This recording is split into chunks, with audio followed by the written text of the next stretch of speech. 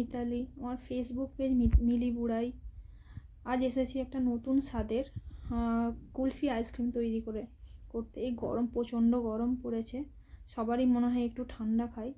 তো আমার হাজব্যান্ডও অনেকদিন থেকে বলছে তুমি একটা আইসক্রিম বানাও। তো আজই নিয়ে নিলাম সেই আইসক্রিম। প্রথমে 1 লিটার দুধ নিয়ে আমি কড়াইতে জাল ফুটিয়ে দিয়েছি, আর একটা কড়াতে নিয়ে নিয়েছি কিছুটা চীনাবাদাম আর কিছুটা আমন্ড।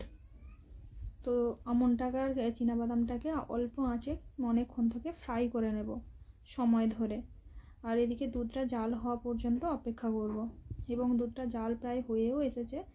এবার নাড়তে থাকবো, না হলে দুধ উতলে পড়ে যাবে।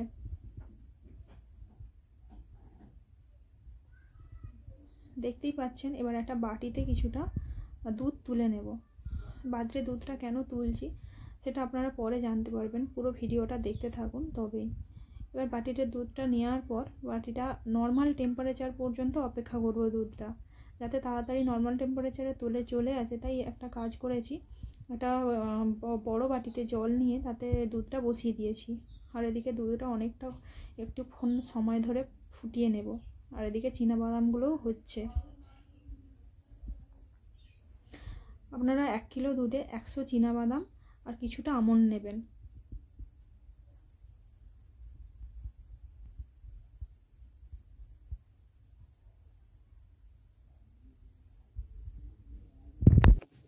আমন্ডগুলো একটু ডিপ ফ্রাই করবেন, যাতে যখন আপনি ওটাকে গুঁড়ো করবেন খুব তাড়াতাড়ি হয়ে যায়। আর এদিকে কিছুটা রসগোল্লা ছিল, রসগোল্লাগুলোকে ম্যাশ করে নিয়েছি। আর কিছুটা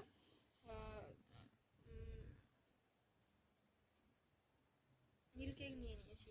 বাদামগুলো হয়ে গেছে, বাদামগুলো নামিয়ে নিয়েছি। এবার কিছুটা কাস্টার্ড পাউডার নেব।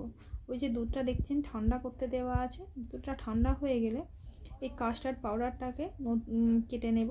কেটে নেওয়ার পর এখানে 3 চামচের মতো কাস্টার্ড পাউডার দেব দুধটাতে। দুধটা প্রায় নর্মাল টেম্পারেচার চলে এসেছে।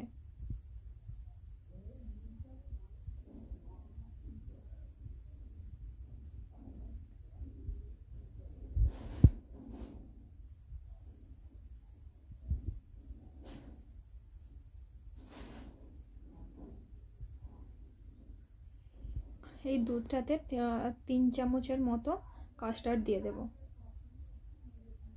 কাস্টার্ডের অনেক ফ্লেভার পাওয়া যায়, আপনারা অনেক দোকানে গেলে বুঝতে পারবেন, অনেক ফ্লেভারই আছে। আমি ভ্যানিলা ফ্লেভারটাই পছন্দ করি, তাই ভ্যানিলা ফ্লেভারটাই নিয়েছি।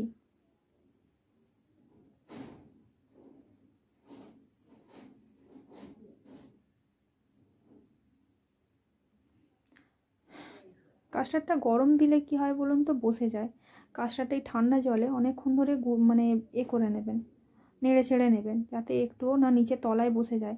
আর যখন দুধে দেবেন তখনও একটু নাড়িয়ে নাড়িয়ে দুধে দেবেন, কারণ না হলে ও এক জায়গায় গিয়ে বসে যাবে। দুধটা দেখুন আমার ঘন হয়ে এসেছে। এবারে আঁচটাও প্রায় কমিয়ে দিয়েছি, এবং এখানে পরিমাণ মতো চিনিও দিয়ে দিলাম। আপনারা 1 কিলো দুধে প্রায় 200 গ্রামের মতো চিনি দেবেন, কারণ ওখানে আছে আমার রসগোল্লা আছে, তার সঙ্গে রস আছে, প্লাস হচ্ছে আমার মিল্ক কেকও আছে কিছুটা।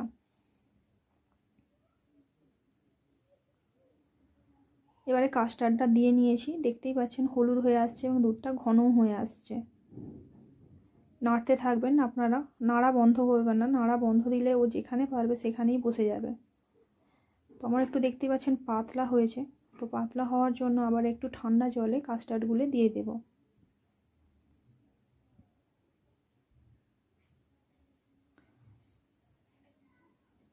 আর ফুটে ওঠা পর্যন্ত অপেক্ষা করব। বুঝতেই পারছেন এখানে কালারটা খুবই সুন্দর এসেছে, পুরো একেবারে কুলফির কালার।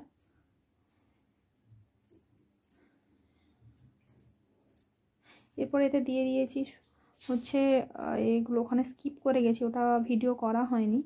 তো এখানে রসগোল্লা, ম্যাশ করা রসগোল্লাগুলোও দিয়ে দিয়েছি। আর ওই যে এটা ছিল না, মিল্ক কেকটাও দিয়ে দিয়েছি। এই যে বাদামগুলো ছিল মিক্সিতে আমি একটু গুঁড়ো করে নিয়েছি, তো সেই বাদামগুলোও দিয়ে দিলাম। এত সুন্দর সেন্ট আসছে কি বলবো আপনাদের, আপনারা যখন করবেন বাড়িতে তখনই বুঝতে পারবেন, খুব সুন্দর সেন্ট আসছে। আপনারা এখানে এলাচও ব্যবহার করতে পারেন, আমার এলাচের গন্ধ খুব একটা ভালো লাগে না, তাই এলাচ আমি স্কিপ করে গেছি। হয়ে এসেছে। দেখুন যে লেন্থটা হয়েছে এই লেন্থেই হবে, এই লেন্থটা হলে খুব টেস্টি হবে। যে বাকি যে গুঁড়ো এটা ছিল কি বলে বাদামের গুঁড়োটা ছিল সেটাও দিয়ে দিলাম, গুঁড়ো না বাদামের পেস্ট।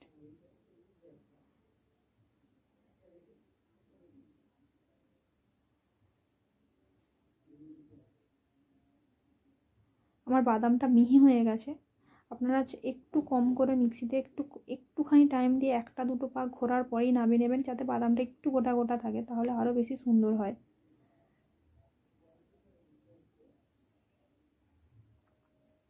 এটা আমার হয়ে গেছে, আমি আঁচটা প্রায় নিভিয়েও দিয়েছি। এবার এটাকে ঠান্ডা হওয়া পর্যন্ত অপেক্ষা করব, একেবারে নর্মাল টেম্পারেচার।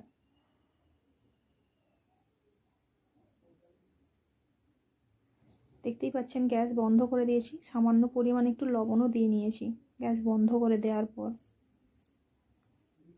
দিয়ে ভালো করে লবণটা মিশিয়ে নেব।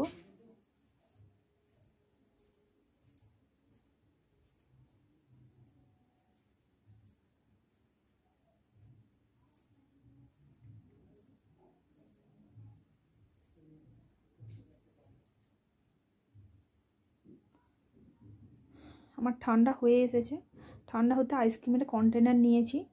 আপনারা চাইলে ওই যে কফির কাপগুলো হয় না প্লাস্টিকের, ওই কাপও দিতে পারেন। এগুলো ভরে নিয়েছি, নিয়ে ফ্রিজারে দিয়ে দেব। ফ্রিজে প্রায় 3 থেকে 4 ঘন্টা রাখবেন, দেখবেন তারপরে বের করবেন, খুব সুন্দর বেরোবে। দেখুন আমার আইসক্রিমটা 3-4 ঘন্টা পর বের করেছি, এত সুন্দর দেখতেও লাগছে আর খেতেও তেমন টেস্ট হয়েছে। আপনারা বাড়িতে অবশ্যই বানাবেন, এবং যদি রেসিপিটা আপনাদের ভালো লাগে তাহলে লাইক কমেন্ট শেয়ার করতে ভুলবেন না। থ্যাঙ্কস ফর ওয়াচিং, এবং আপনাদের সাপোর্টটা খুব দরকার।